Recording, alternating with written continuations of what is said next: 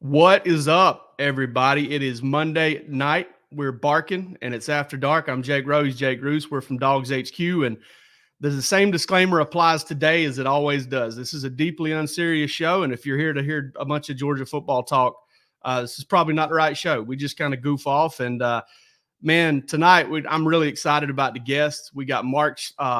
I've gotten all twisted up for pre-show conversations. Mark Schlabach from ESPN covers college football, covers golf, covers just about anything and everything. One of my favorite dudes to run into when he's around. But before we get to Mark Roos, just give us an update on the life of Jake Roos. Any dead bodies? None that we're willing to disclose at this time. That would be what I would say to that. No, man, big Memorial Day holiday, right? That's exciting. Yeah. And it's gonna be kind of weird. My parents are going on an Alaskan cruise, so we're not really doing anything for Memorial Day. So that's a little bit different. I didn't really get invited to that. That's fine, I guess. You don't do that when you're older, I suppose, but always nice to be asked. I think they'll have a great time, though. And I'm looking forward to hearing how it is. I'm not a cruise guy. Maybe we'll talk about that later on in the show. Well, I will say this. It is Memorial Day. I'm going to go ahead and tell you we're pre-recording this. Sometimes you got to do that with guests and stuff like that. So if you're watching this on Monday night, I can't promise that me or Roos will be free men. We might be arrested by now. Sure. We might have gotten Scotty Scheffler during the day here on Memorial Day. So, it could be a surreal experience for you. With that said, let's bring in Mark because I'm really excited about this one, and I really appreciate you, Mark, giving us some of your time. How's it going with you, man? I know that PGA Championship probably wore you out a little bit this past week. Yeah, I think I finally recovered about Tuesday morning or Wednesday morning probably. I had to fly up there because of some personal things I had to take care of. And I couldn't get a later flight the Monday before the tournament. And then all hell broke loose and I drove back. And I can honestly say I've never been more exhausted after covering a sporting event than that one. That was, I mean, we talked about this extensively last week on Bark After Dark, Mark. To be there, be in all the hoopla of it, like, sitting at home, it seemed insane. I can only imagine that there it was amplified to the nth degree. Yeah, Friday morning, I was trying to finish up my 19th edition of the Way Too Early Top 25 for college football, and I'd been pushing it off because it just seemed like something. Every time I was ready to sit down and finish it, something else would happen. But I got up at 5 a.m. Friday morning to do it because I couldn't fall back asleep. And then at 6:30, I get a text message from somebody at the course saying, "Hey, Scheffler just got picked up outside the gates." And I'm like, "What the hell are you talking about?" I mean, if you'd pick out anybody on tour, he'd have been the last guy you could imagine would get arrested. But it was chaos for about 12 hours. I filed a newser, took a shower, got dressed, went to the downtown detention center, waited outside the jail. Perfect. I'm sitting there with 2 other local reporters from Louisville. All of a sudden, this guy walks up in a Falcon shirt, and he's got his son with him. He's like, "Schlabach, go Dogs." Like, "Where are y'all from?" He's like, "Athens." He goes, "I knew you'd be down here." He said, "We're staying at the Omni Hotel." And my son said, "Dad, the jail's just a couple blocks from our hotel. We should go down there." And he said, "I bet you Schlabach's down there." And lo and behold, there I was. So it was hilarious. But they didn't walk up to you and ask you for your autograph because you're Mark Schlabach, right? No, but we were talking about earlier. People always ask me, how many times do you get confused with Mark Schlabach? And I said, well, he's better looking, a hell of a lot richer, and I don't have bottled chili sauces. But I do have better knees than him. But when he was still working at the company, I would get his football cards sent to the house saying, "Hey, would you please autograph these?" And I reached out to him one time. I said, "What do you want me to do with this?" He goes, "Hell, just sign the things, boy." So I signed them and sent them back. Wait, you actually did it? Huh? You actually did it? Oh yeah, I did it. Yeah. But did you sign a Mark Schlabach or Mark Schlabach? Schlabach. Okay. There is someone out there with a forged Mark Schlabach card signed by Mark Schlabach. I mean, with all due respect to Schlabach, he was a heck of a football player, but I don't think a Mark Schlabach rookie card is bringing in a couple $100 these days. An offensive lineman. That's great, man. So If I one thing, if I send you a Mark Schlabach card, will you sign it and send it back? Mhm. All right. I love that. That's Yeah, it's pretty like when fair. somebody asked me to sign a Bobby Bowden book or a Duck Dynasty book. I said, why in the hell would you want me to devalue your book? But I said, go get Coach Bowden or Phil Robertson to sign it. well, one thing we do on the show, we're pretty lazy and we don't like, obviously you saw the intro. We don't, give this big grand introduction for everybody because we like for folks to be able to tell their stories. So, man, you're obviously at ESPN and you're one of the look to national writers, college football, golf, all that stuff. Where'd you get your start? Where did it all come down? We got a little visitor right here, by the way. Hey, buddy. I grew up in Indiana, and my first newspaper job was delivering the South Bend Tribune. I grew up a Notre Dame fan, and then I grew up. But I remember I was a huge Notre Dame fan growing up, but I'd sit on the steps every Sunday morning reading Notre Dame game stories, how Jerry Faust had lost to Purdue or somebody again. And so I always liked to write. It was like Bobby Knight once said, all of us learn how to write in elementary school. Most of us go on to better and bigger things. But I kind of stuck with it. But we moved down to Atlanta when I was in like 8th grade. And I went to Norcross High School, played football and basketball. Wasn't very good. Played all three for a time. And then ended up at Georgia because I didn't get accepted to Notre Dame. They rejected me in about a week. And I think my options were Georgia, Indiana, and Florida State, and ended up going to Athens because it was cheap and it was close to home. And started working for the Red and Black my junior year or sophomore year. I remember I called J.J. Cooper, the sports editor at the time, and he's now editor-in-chief of the Baseball America and has been for a long time. I called him asking him why he didn't have baseball box scores in the student paper. And he said, we don't have the capability to do it. Why don't you come in and talk if you want to write? And one thing led to another, and there I was. Yeah, that's we've heard that the Red and Black path quite a few times. It's funny you said that about you grew up a Notre Dame fan and then you grew up. There's one of my favorite tweets is like, what's something you grew up learning about that you later learned was propaganda, and the answer someone gave was Notre Dame football. I will say, man, when Georgia played up in Notre Dame a few years ago, I took my wife and 3 kids up there to the game, and it's still one of the most spectacular places to watch a football game.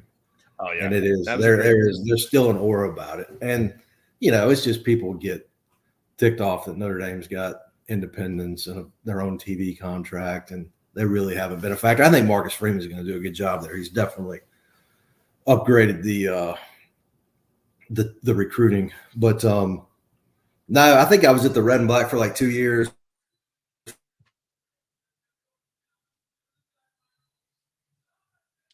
Little freeze there. Yeah, we got a little freeze here on Mark. We might have to get him to rejoin. All right, yeah, that's all right. I like that screen he froze on. Yeah, I know, right? There we go. We got him back. Oh, there he's moving again. I mentioned panic and everything blacks out. But no, I did music critic, and then yeah, we didn't hear anything about widespread panic. No, Yeah. I'm sorry. I was it went off. I was a music critic for the Red and Black too. I did album reviews and concert reviews, and was saying the only reason I did it was because I could get passes to widespread shows. And, there we go. And Dave Matthews shows back in the day, but so I did that for a couple of years, and then Tony Barnhart, who was kind of my mentor, gave me my first job at the Atlanta Journal. And I was covering Georgia football and basketball and everything else out of a fraternity house using a Tandy computer. And then I guess it was if you don't mind me asking, who were you working for? Were you doing the Steve Patterson thing at that point, or because I know you worked with Steve for a little bit? No, I was still in school. It was like my junior year, and okay. I was the beat writer at the Red and Black, and they were looking for somebody to back up Scott Reed. Scott Reed was the AJC beat writer. And I think Reed put in words, said, hey, this kid could probably help with some stuff so I don't have to go to Athens every day. I think Scott was still commuting from Atlanta. But he left midway through the season to move to LA. He took a job with the Orange County Register, and Tony and them pretty much turned over the beat to me and Matt Winklejohn. And then Ray Goff got fired, and that was the first big one I think I worked on. But between Grady and Conrad Fink, who was my favorite professor there and taught me everything, between him and the Red and Black, it was a hell of a proving ground. And then you went on to work for Steve Patterson, and your dog got loose on the football field. So I never worked for Steve. Oh, you didn't? I thought I saw some No. bylines at UGA Sports back in the day. Sure, it wasn't Mark Schlabach. I don't. Yeah, Steve and I were buddies, and Steve was a big deadhead, and Steve was one of the most interesting guys I'd ever met. But I don't think I ever worked for Rivals. Always was good buddies with him and the guys that worked there. But when I graduated from Georgia, the AJC did not have a full-time position open, so I went to the Banner Herald for like 3 weeks and beat the hell out of them, made them hire me. And I was at the AJC for 10 years maybe, and then went to the Washington Post for 2. And my wife basically told me she was moving back to Georgia with or without me. And fortunately, ESPN hired me. Yeah, that kind of ultimatum can kind of change your life a little bit right there. Hey, I'm leaving. You can come with me or stick around. She didn't say it as bluntly as that, but she was not happy up there, and I was on the road every week covering something. I mean, they had me covering Virginia, Virginia Tech, Navy, the Redskins home games, and National College Football and National College Basketball. And I remember walking in, and I'd only been there for about 10 months, and we had 2 little girls. Her mom was 10 hours away, and she didn't know anybody. But she goes, I want to go back to Georgia. You're going all the time. And so I ended up commuting from Madison, Georgia to Blacksburg and Charlottesville for like 10 or 11 months, or the entire football season. I remember I picked up a rental car at the Atlanta airport before the first game and turned it in the Friday before the Gator Bowl when Marcus Vick, Michael's brother, stomped on Elvis Dummerville. And I turned it in. It had like 24,000 miles on it. The guy was like, holy crap. But I remember Marcus Vick got arrested at Virginia Tech, and Frank kicked him off the team. Frank Beamer kicked him off the team.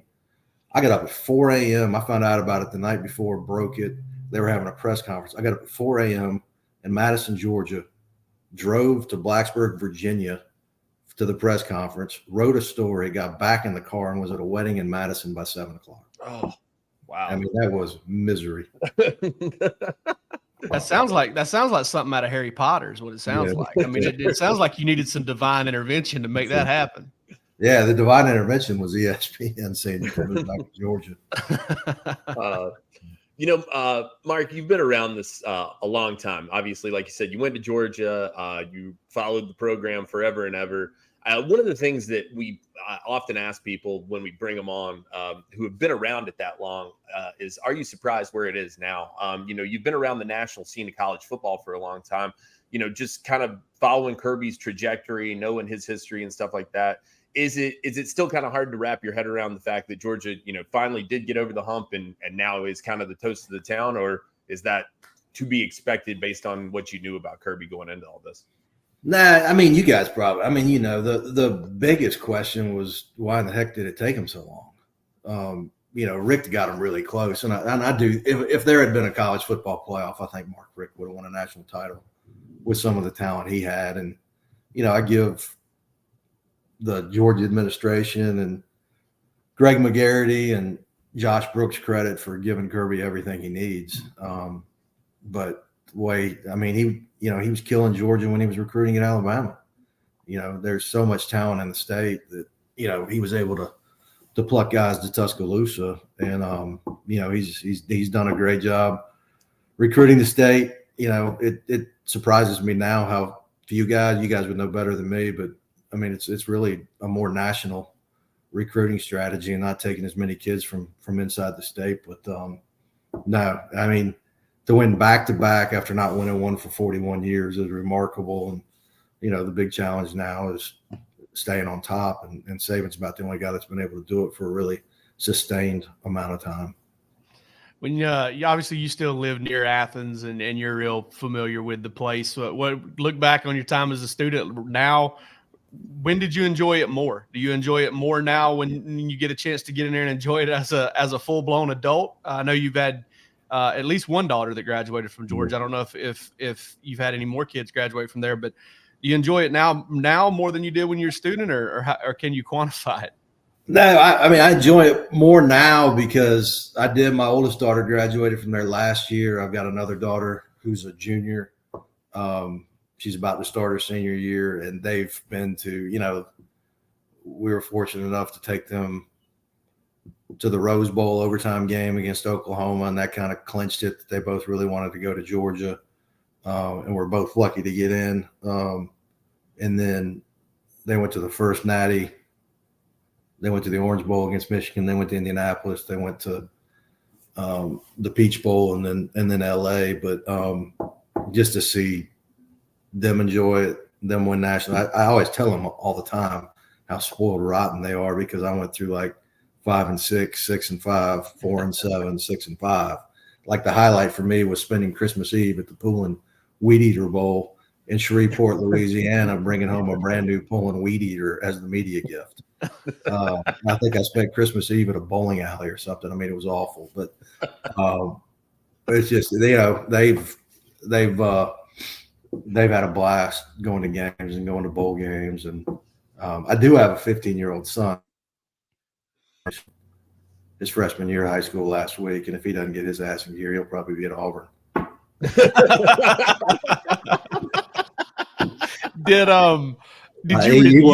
He's really smart, but he doesn't like to work very hard. You really got a Poulin Weed Eater for the media gift? Yeah, I think so.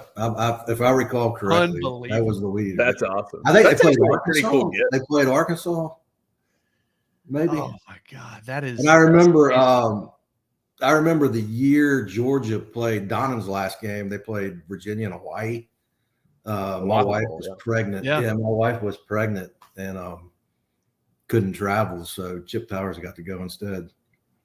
Yeah, they had a good little run there where they played either Virginia or Purdue in a bowl game about 5-6 times out of 10 years. I mean, it was pretty crazy. But man, I can't wrap my head around getting a Weed Eater for a bowl gift. Whenever now they give you a power. Maybe you get a little power bank that works about half the time as to charge your cell phone. They've gotten cheaper over time.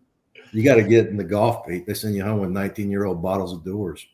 Oh, yeah. Talk to me about that, because I think, a lot of our listeners, our readers probably, and you're still heavily involved in the college football stuff, but the golf stuff has really kind of been, a big thing for you here lately. I mean, I feel like you're the go-to guy over at ESPN almost when it comes to that. So what's that been like, man, kind of transitioning more into that world, and what are the differences and similarities maybe of covering the two?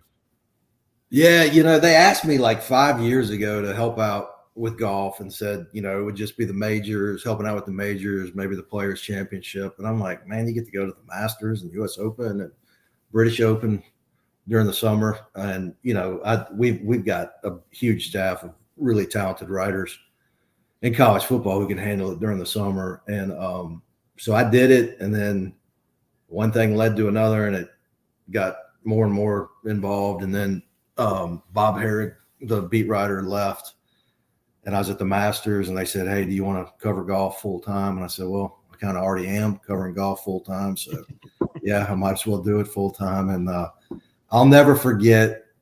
I thought it would be like this would be pretty cool. You get to go to the Masters every year, you get to go to Scotland and Ireland and England, and kind of slide into retirement. And then the Saudi deal comes up, and it all hell breaks loose. And I remember standing on the range at the Memorial up in Ohio a couple of years ago, and I saw Brant Snedeker, who I've known for a while because he's such a huge SEC football fan. And he motioned me over, and he said, "Man," he goes, "I never thought I'd see the day where there was 3 golf news stories on the front page of ESPN." He said, "But Jesus, man, you show up and we turn into the worst version of the SEC." It's just I started laughing, but it's been fun. I mean, the good thing is there are so many guys from Brian Harmon to Kisner to Chris Kurt to Snedeker to Justin Thomas, who all of them just love college football. They love to talk about college football. And they, that kind of opened the door for me to get to know some of them. But, we have a running joke, me and Ryan Labner from the Golf Channel, who's one of their main guys, and he's a Georgia grad, journalism school. We have Low Dog of the Week. We pick Low Dog of the Week every week. And I keep saying we're going to start giving away T-shirts, but we haven't done it yet. I love that. If you start giving away T-shirts, please forward one to Bark After Dark. We would love to have one. We'll wear it on the air. We'll promote We it. are the lowest of dogs here, I can assure you. Yeah. I got one quick question for you before we get to our last questions that we ask everybody. Favorite Masters sandwich? What's your go-to? Egg salad. Yeah, mine too. Easy. 100%. I'm not. I like pimento cheese, but I'm not like my wife loves pimento cheese because she's from Bainbridge. But I'm not a big pimento cheese guy. The egg salad and the chicken salad. Yeah, the chicken salad's a little bit under. I'm not a big fan. I probably get kicked out of the Masters for saying this, but I'm not a big fan of the Chick-fil-A copy sandwich deal. Yeah, that's fair. That's fair. Well, I'd personally think the breakfast sandwich, and I don't know how long they've had it. I was told that it hasn't been around forever, but the breakfast sandwich is probably my favorite one to get to. But after that, it's egg salad after egg salad. Well, I eat egg salad for breakfast over there. So, Mark, we have two questions that we ask everybody that we have on Bark After Dark. It's the same two questions for everybody. I have one. Jake has one. I'll lead it off today, and I'm really intrigued to hear this because I based on that Weed Eater Bowl experience. You're a journalist. You travel a lot, man. You've been a lot of places. And with that comes a lot of hotel rooms. I'm curious, what is the worst hotel room that Mark Schlabach has ever stayed in? Man, I covered NASCAR for a year. It was the longest year of my life. I'm gonna say Darlington, Bristol, Martinsville. Isn't that the name of a track? Yeah. Yeah, that NASCAR beat. Whew. That was the year I got married, and I was almost the year I got divorced because I think I covered 30 races in like 34 weeks or something. I mean, it was awful. It was so bad. NASCAR put you in the worst. All right. NASCAR was huge. I remember checking in somewhere, and it was a rundown motel, and she said, "You're lucky you're in the renovated side." And I went into the room, and it was so disgusting. It smelled like cigarettes. And I walked back to the front desk. I said, "No." I can't remember. It was one of those NASCAR towns. Sure. Yeah, I bet you ended up with a pretty good bank of ones to choose from that. Mine's a little bit, Roos tends to think I bring it down with this one, but listen, you've passed away. Mark Schlabach is no more, but you get a chance to organize how you go out. You get a chance to kind of put together your own funeral and who eulogizes you, who sends you out, sings you out, whatever. Who's sending you out, man? Who do you, dead or alive, who are you getting to kind of, eulogize you? Oh, I already know who would lower me into the grave because we had a contractor a couple of years ago that kept screwing up and wouldn't show up.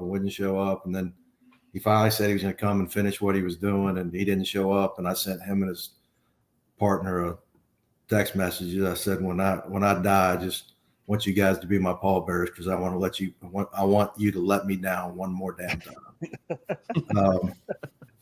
But I you know what? Probably Wright Thompson. Okay. From ESPN, because he'd somehow get fathers and sons and bourbon and pimento cheese and Oxford, Mississippi in the eulogy, and that would serve me fine. Oxford, Mississippi. Yeah, he probably would. We actually had John T. Edge on here with us about a year ago, I guess, and that was a lot of fun too. And yeah, he was great. He said that he told us that Wright's just a pussycat, just a big teddy bear, and not the rapscallion he comes across as. He didn't go to the Masters this past spring, but the year before he was working on the book that just came out last week, the book about the barn in Mississippi. And he would sit there at 9 o'clock in the morning and write 2,000 words of his book, turn off, get out of that, and then write a 1,000-word column that I can only dream about writing. But he didn't come to the Masters this past April. And I was so mad, not because Wright wasn't coming, because I love him, but every time he comes, he brings Julian Van Winkle with him, the guy that owns Pappy. And so he brings like 20-year-old bottles of Pappy with him, and Wright doesn't show up. Julian. Yeah, right. I would understand being upset that guy didn't come to the party either. Yeah. I would be dead with a suitcase of Pappy. It's amazing. I'd be dead face down in Rays Creek. Where I would be. The first time I tried to hang with Wright, that's pretty much where I was. Mark, we appreciate your time, man. Thank you so much, and good luck with the rest of the summer travels. You got 2 more majors to cover. I hope your batteries stay charged, bud. See you guys in Mercedes-Benz in September. Sounds great, man. Very possible. Thank you, Mark. All right. That was fun, man. Denver Broncos legend once again. Exciting. I can't remember now. 3-time, 4-time Super Bowl champion. Yeah. Mark Schlabach. All right, man. Hey, let's just waste no time. We've only got a certain amount of time before. No build up for it. You just got to get in the mood. No build up for it. We don't have a whole lot of time to make it happen. A quickie they call this. Squeeze one in. It's shaking off, everybody. All right.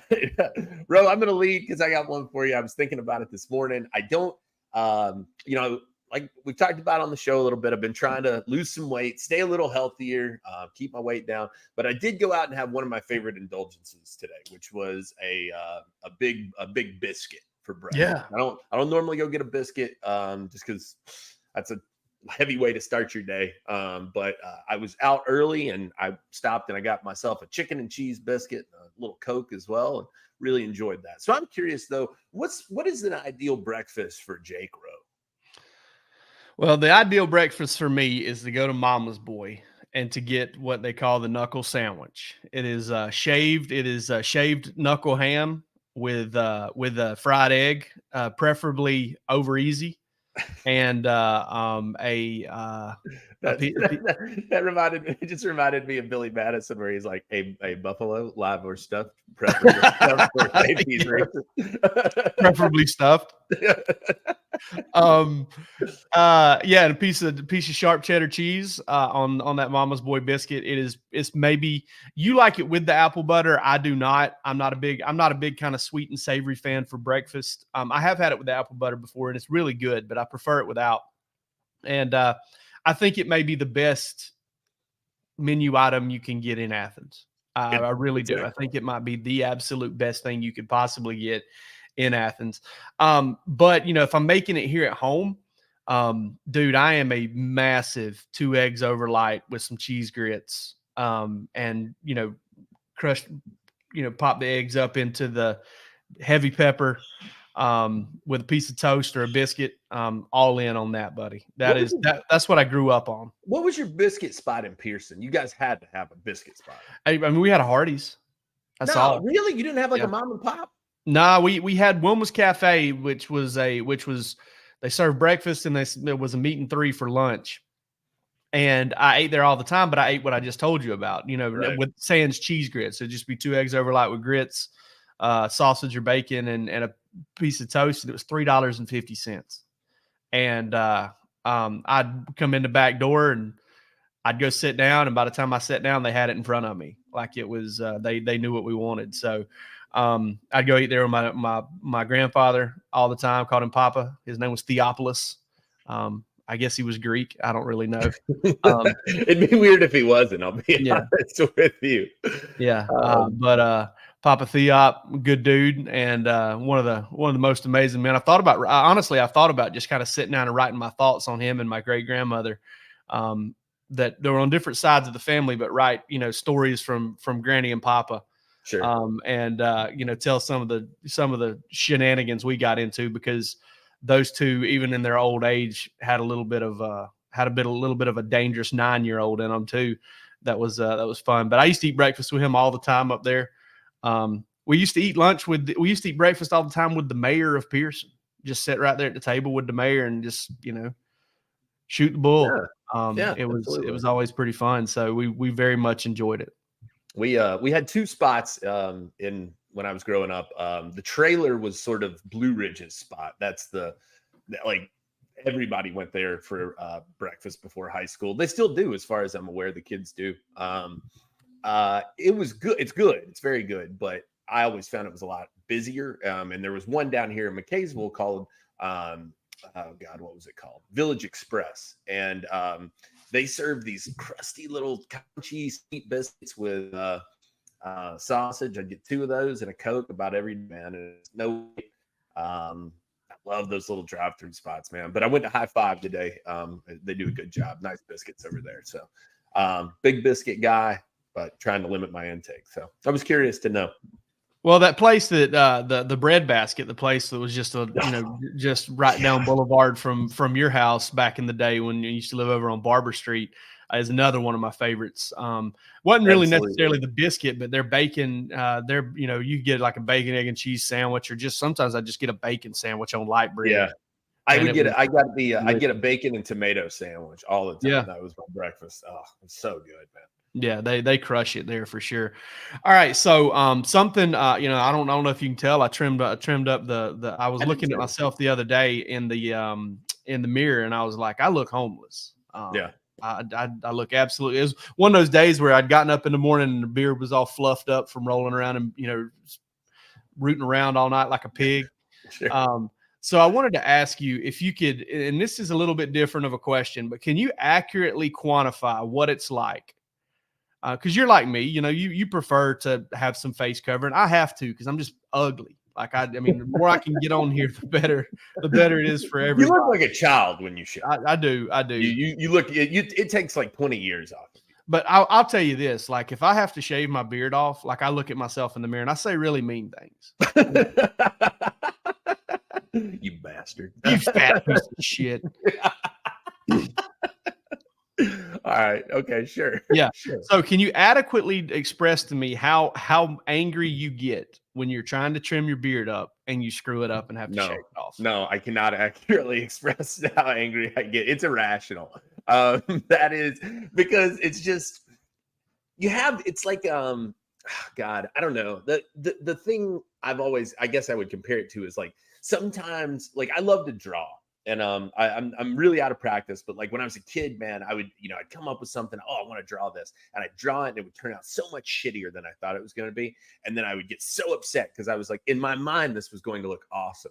And that's how it feels to be trimming your beard and nick it, and do it wrong. It's like you're like, man, this is going to look smooth when I get it done. I'm going to be looking great. I'm going to be back in the game, and then you're just like, I got to start over. It's just got to grow from scratch now. And, that's not necessarily, I mean, the older I've gotten, the less that it's been lessened because my facial hair does grow pretty quickly.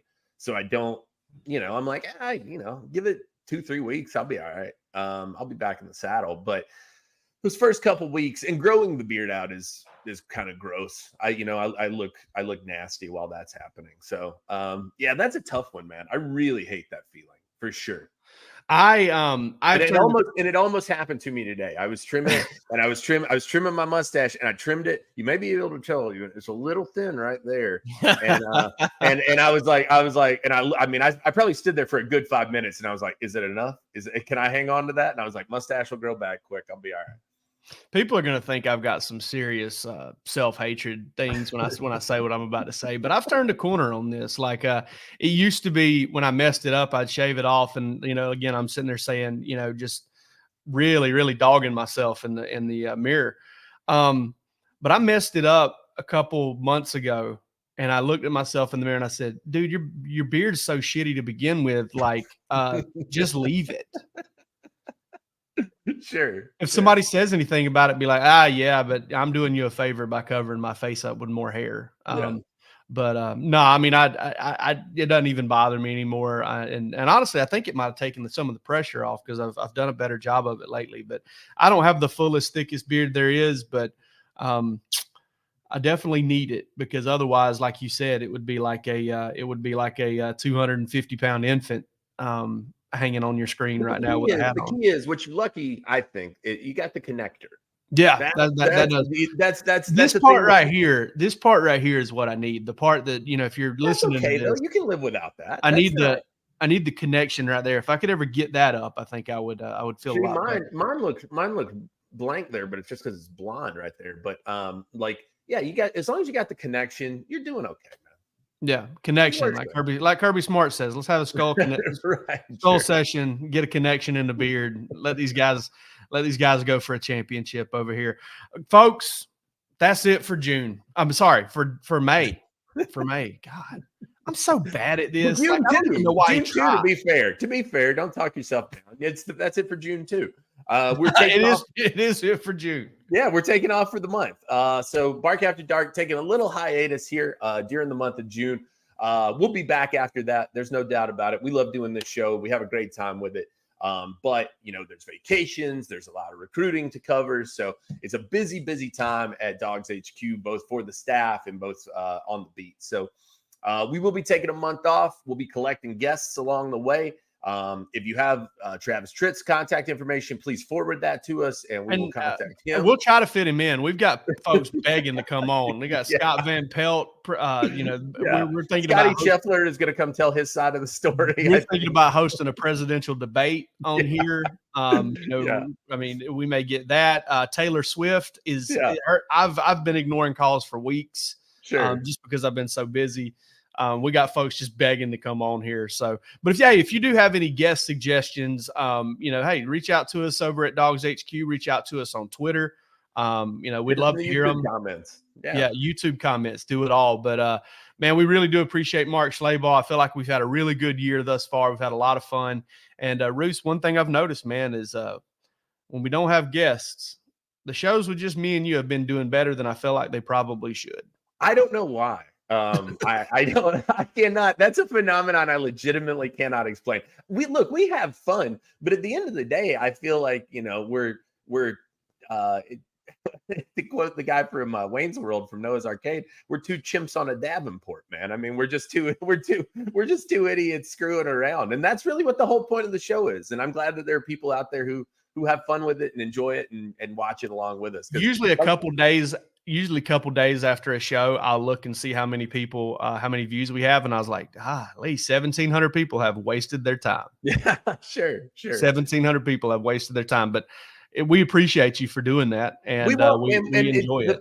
The whole point of the show, look, we would do the show if nobody watched. We really would. But the point is, we like to show you that, we're just normal dudes. We like hanging out. This is how we talk when we hang out and have beers. And this is our chance to hang out with you and have a cold one with us. We do the show without anybody watching about 4 times a week. Yeah, sure. This one and about 3 more times when we get on the phone for about 45 minutes. So we appreciate you guys, and we will see you back in July. Keep barking. Arr.